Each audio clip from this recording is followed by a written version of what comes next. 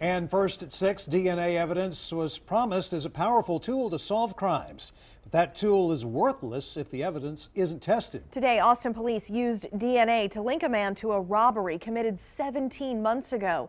That's due in part to a backlog at the crime labs. KXAN's Chris Sadeghi recently visited the APD forensic lab and found a recent law to solve some crimes may also be slowing things down for others. May 14th, 2013, police say a masked man with a large knife robbed this store on East Ben White. Now in December 2014, they've charged Oscar Gomez. Detectives say store employees saw the suspect going east on their getaway, and when they took a look, they found a mask and knife on this embankment. Those clues may have cracked the case, but it took a year and a half. There's one stain off the shirt. DNA from the mask ultimately proved key.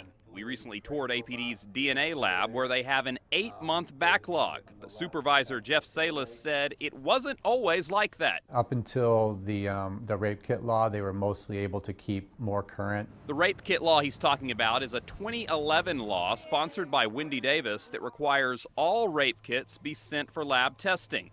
Before that law, Jeff said the typical wait after DNA was submitted was around 30 to 90 days. Now, DNA evidence could sit several months before being examined.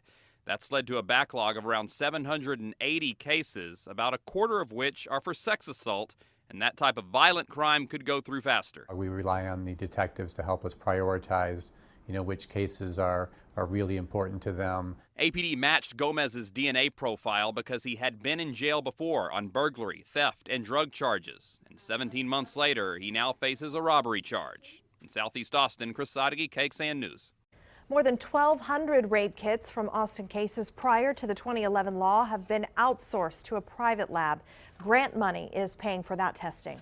But the Austin Police Department is still on the hook for all DNA testing after the 2011 law went into effect. In October, we told you the department is getting some help. The U.S. federal government giving a grant to APD for more than $190,000. Police Chief Art Acevedo told us the money will fund new equipment, training, and overtime hours for the DNA lab workers. He is confident the backlog will be gone by October of next year. Austin police are also seeing delays in solving property crimes because of the backlog at their crime lab. We told you last month many fingerprints collected from crime scenes have been sitting in a drawer for months. APD told us when they fill 2 more positions and add new operations systems, they hope to complete twice as many cases in each month.